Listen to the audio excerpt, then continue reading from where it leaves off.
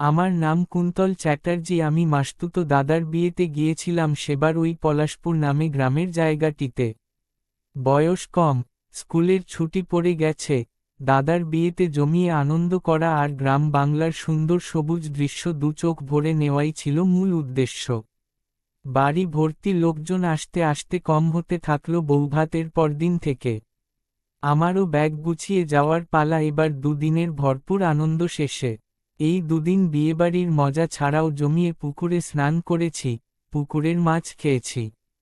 কালই আমাকে চলে যেতে হবে এই ভেবে একটু মন খারাপ করে সন্ধেবেলা বসেছিলাম পুকুরঘাট এগিয়ে একলা। কি গো, কাল ফিরে যেতে হবে বলে মন খারাপ? আচমকা প্রশ্নে ঘুরে পাশে তাকিয়েই দেখলাম নতুন বৌদি কখন চুপিসারে এসে পাশে বসে আমার দিকে তাকিয়ে হাসছে। ভারী সুন্দর মুখশ্রী, আগে খেয়াল করিনি। অবাক হয়ে বললাম হ্যাঁ, মানে দুটো দিন আসলে খুব ভালো কাটলো আর কি। এরপর বৌদি আমার সঙ্গে বেশ অনেকক্ষণ গল্পও করে গেল কলকাতায় আমি কোথায় থাকি, কি পড়াশুনো করছি, এইসব বিষয়ে। আস্তে আস্তে সন্ধে বাড়ছে, চারপাশে জোনাকির আসা যাওয়া, ঝিঝি পোকার আওয়াজ, কিন্তু গ্রাম বাংলা বলে রাস্তায় আলো জ্বলার কোনো ব্যাপার নেই। আর কেন জানি না পুকুরের দিক থেকে বয়ে আসা বাতাসে হঠাৎ করে খুব আষ্টে গন্ধ আসতে শুরু করল। বৌদিকে জিজ্ঞেস করতেই বলল হতেই পারে, ইদানিং অনেক মাছ পচেছে তো সেই জন্যই হবে নিশ্চয়ই। যাই হোক, আমি এবার বললাম চলো বৌদি এবার উঠি, তুমি নতুন বউ এতক্ষণ বাড়িতে না দেখলে নিশ্চয়ই সবাই খোঁজাখুঁজি শুরু করে দিয়ে থাকবে। বৌদি কোনো কথা না বলে উঠে দাঁড়ালো। ফিরতে শুরু করলাম বাগান আর উঠোন পেরিয়ে বাড়ির দিকে। স্বল্প চাঁদের আলোয় ঠাহর করলাম বাগানের মধ্যে দিয়ে যে পায়ে চলা পথটা বানিয়ে নেওয়া হয়েছে তার বাদিক বরাবর একটু দূরে পাশাপাশি অনেকগুলো লিচু গাছে থোকা থোকা লিচু ঝুলে রয়েছে। তখনও আষ্টে গন্ধটা আমাদের সঙ্গ ছাড়েনি।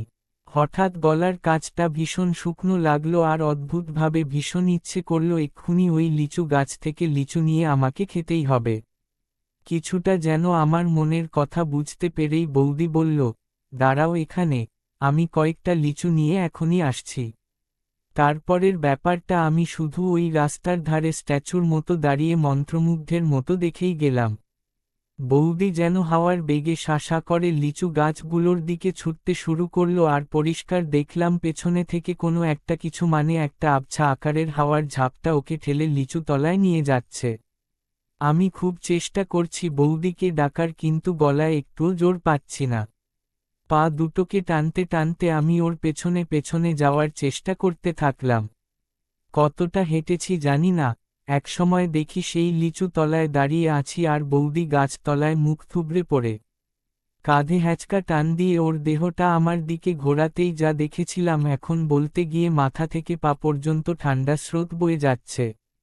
ওর নতুন সবুজ শাড়িটার ওপর দিয়ে সোনার গয়নাগুলো হাত, গলা আর কানে যেখানে যেখানে পরানো সেই জায়গাগুলো একদমই ফাঁকা। আর শাড়িটা যেমন শাড়ির দোকানে ম্যানিকুইনদের গায়ে জড়ানো থাকে তেমন একটা দেহহীন অবয়বের ওপর নিভাঁজ করে পরা আছে। চারদিকের আষ্টে গন্ধতে তখন শ্বাস বন্ধ হবার জোগাড়। সমস্ত সাহস এক জায়গায় করে বাগানের পায়ে চলা রাস্তা লক্ষ্য করে এলোপাথারি ছুটতে শুরু করলাম।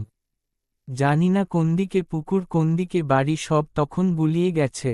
এক জায়গায় কিছু লোকের ভিড় দেখে বুঝলাম বাড়ির কাছেই এসে পড়েছি।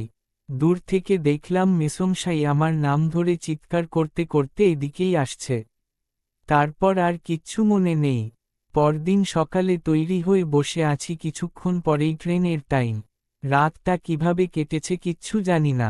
মাসির প্রায় কাঁদো কাঁদো অবস্থা। কালকের রাতের ওই ভিড়ের ব্যাপারে জানতে চাইতে জানালো হঠাৎ করে সন্ধেবেলা বৌমা অসুস্থ হয়ে পড়ে। প্রথমে সবাই মৃগী জাতীয় কিছু ভেবেছিল, কিন্তু ডাক্তার আসার আগেই সে আবার সুস্থও হয়ে যায়। ইতিমধ্যে আমাকে ওইভাবে ছুটে আসতে দেখে সবাই আমাকে নিয়ে ব্যস্ত হয়ে পড়েছিল। সব খুলে বলতে মেসোমশাই গম্ভীর মুখে অনেকক্ষণ বসেছিল। পরে বলল, আসলে বাড়ি ভর্তি লোকজন ছিল বলে আলাদা করে তোকে বলতে ভুলে গিয়েছিলাম সন্ধ্যের পর ওই দিকটা না যাওয়ার জন্য, তার মাঝে এত কিছু দেখে ফেলবি ভাবিনি। লিচু গাছ আমার বাগানে কোনোকালে ছিল না, কিন্তু অনেকের মুখেই শুনেছি এই বাগানের পেছনের বেড়া পেরিয়ে কিছু ছায়া ছায়া মূর্তির আনাগোনা প্রত্যক্ষ করেছে সন্ধ্যের পর, আর এই দিকটা লোকজন কমই আসে। বেড়ার ওদিকে কিছু অর্ধেক খাওয়া লিচুও প্রায়শই পাওয়া গেছে। আমরা এখনও সত্যি জানি না ব্যাপারটা কি, কিন্তু ওই দিকটা সচেতনভাবে এড়িয়ে চলি সকলেই। বৌদি আজ সম্পূর্ণ সুস্থ, দেখা করে এলাম যাওয়ার আগে। শুধু মনে হলো আমাকে যেন ঠিক করে চিনতে পারল না, নতুন করে পরিচয় দিতে হবে আবার। কথা বাড়ালাম না, বেরিয়ে আসার আগে আলনায় গুছিয়ে রাখা সবুজ শাড়িটার ওপর চোখ পড়ে গেল বেখেয়ালে, কিন্তু আর পেছনে না তাকিয়ে সোজা স্টেশনের দিকে রওনা দিলাম। সমাপ্ত।